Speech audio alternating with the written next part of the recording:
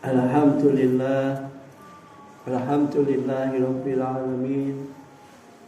Huwallazi arsala rasulahu bil huda wa dinil haq liyudhhirahu ala dini kulli wa kafa billahi shahida.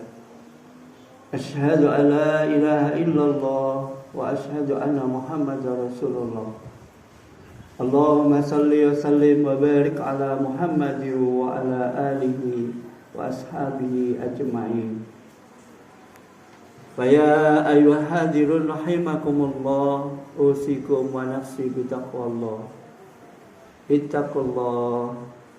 Ittaqullaha haqqa tuqatih wa la tamutunna illa wa antum muslimun.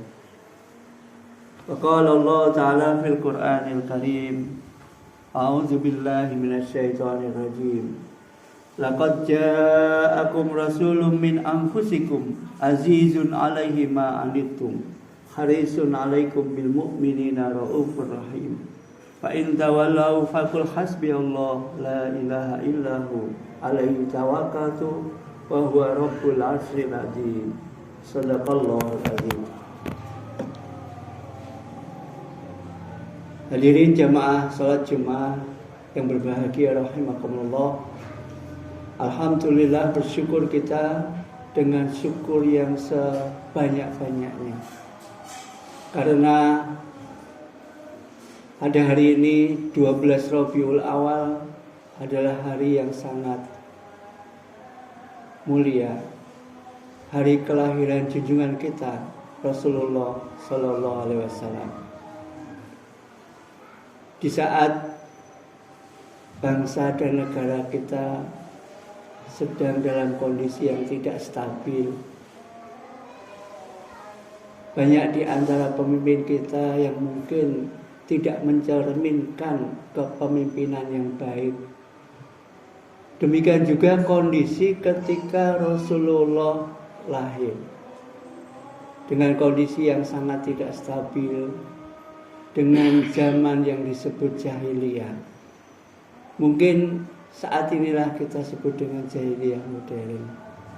Hadirin yang berbahagia, lalu Allah mengutus Rasulullah dengan perilaku dan akhlak yang sangat baik, bahkan menjadi teladan bagi kita.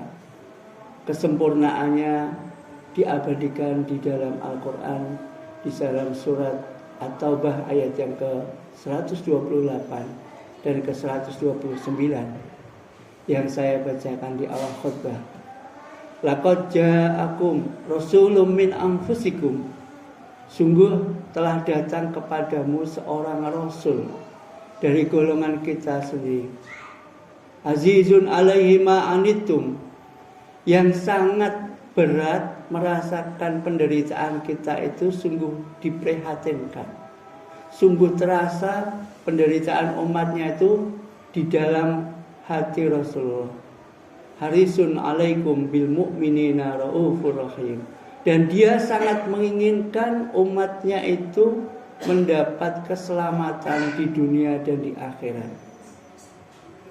Dia sangat pengasih, sangat penyayang. Hadirin yang berbahagia, Rasulullah memiliki dua hal yang sangat pantas kita terapkan di saat bangsa kita merasakan kondisi yang tidak stabil ini, di mana penjarahan masih terjadi, kepemimpinan kita memberikan contoh yang tidak baik.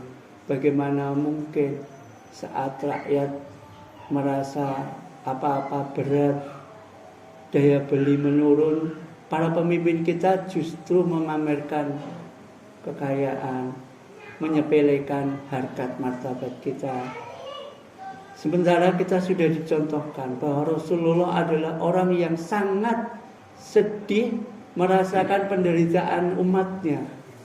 Dan dia sangat ingin umatnya itu selamat, sejahtera di dunia dan di akhirat.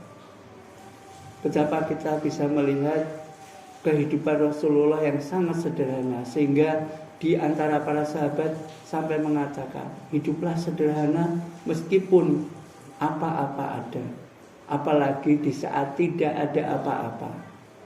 Maka ini yang menjadi konsep Rasulullah.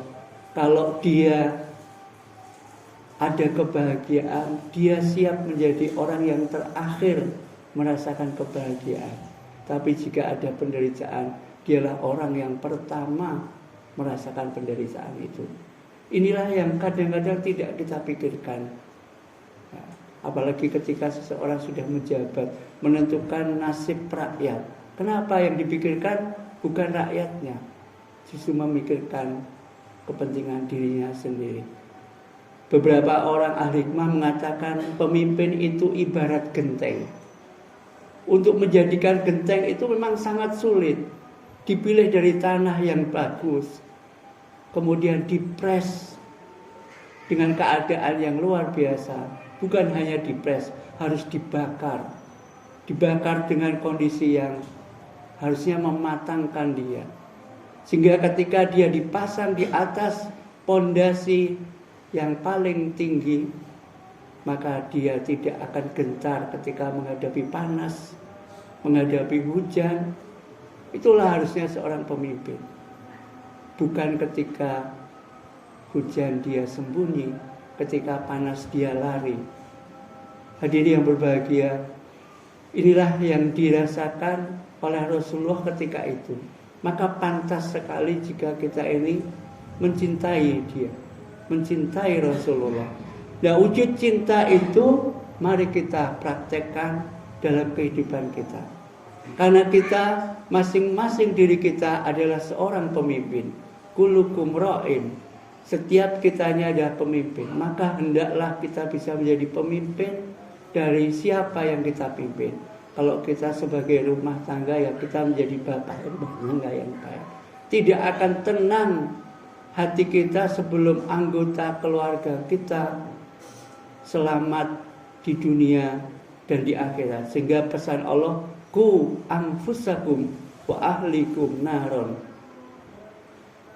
Kalau kita sebagai pemimpin masyarakat, maka hendaklah mari kita betul-betul merasakan penderitaan masyarakat. Kita rasakan sehingga kita memiliki semangat untuk mengubah nasib masyarakat. Apalagi kalau kita memegang kekuasaan yang selevel nasional, maka sangat berdosa sekali jika kita ini hanya memikirkan diri kita sendiri, tidak pernah merasakan bagaimana rakyat merasa daya belinya semakin menyusut, lapangan kerja sangat sulit. Seandainya setiap pemimpin mencintai Rasulullah dengan mempraktekkan apa yang menjadi sifat-sifat Rasulullah, sangat berat penderitaannya dan menginginkan yang dipimpinnya itu selamat dunia dan akhirat. Itu pun didasari dengan kasih sayang yang luar biasa. Hadirin yang berbahagia, sidang Jumat rahimakumullah. Mungkin kita sudah merasa memimpin yang baik, kemudian ada yang kita pimpin itu bersikap yang tidak baik, sehingga mungkin ada pemimpin kita yang merasa kecewa. Tetapi hal ini pun sudah diingatkan, sudah dicontohkan oleh Rasulullah, sehingga Allah menyatakan fa in tawalau faqul hasbiyallah. Jika mereka berpaling, ya Muhammad, mereka tidak mengikutimu, mereka tidak mencontohmu, faqul hasbiyallah, cukuplah Allah yang menjadi pelindung kita. Maka sandaran seorang pemimpin haruslah hanya Allah semata. Dia bertindak bukan karena ambisi pribadi, bukan bertindak karena keinginan yang ingin dia capai, yang menjadi cita-citanya, tetapi karena bersandar kepada Allah. Hasbunallah, la ilaha illahu alaihi tawakkaltu. Memang tidak ada Tuhan selain Dia yang pantas kita ini berserah diri kepadanya. Wa huwa rabbul arsyil azim. Dan Dialah Allah yang memiliki arsy yang maha mulia. Hadirin yang berbahagia, hari ini 12 Rabiul Awal, tepat insya Allah mari kita peringati sebagai hari Maulid Nabi Muhammad Sallallahu Alaihi Wasallam, dengan menambah kecintaan kita kepada Rasulullah, dengan mempraktekkan mengikuti sunnah-sunnahnya. Karena setiap kita adalah pemimpin, maka mari kita pimpin diri kita, keluarga kita, masyarakat kita, semua yang berada di bawah kepemimpinan kita dengan pola kepemimpinan yang dicontohkan oleh Rasulullah. Yang pertama, sangat berat penderitaannya merasakan siapa yang dia pimpin, dan dia sangat ingin yang dia pimpin itu mendapatkan keselamatan di dunia dan akhirat. Yang kedua, didasari dengan kasih sayang.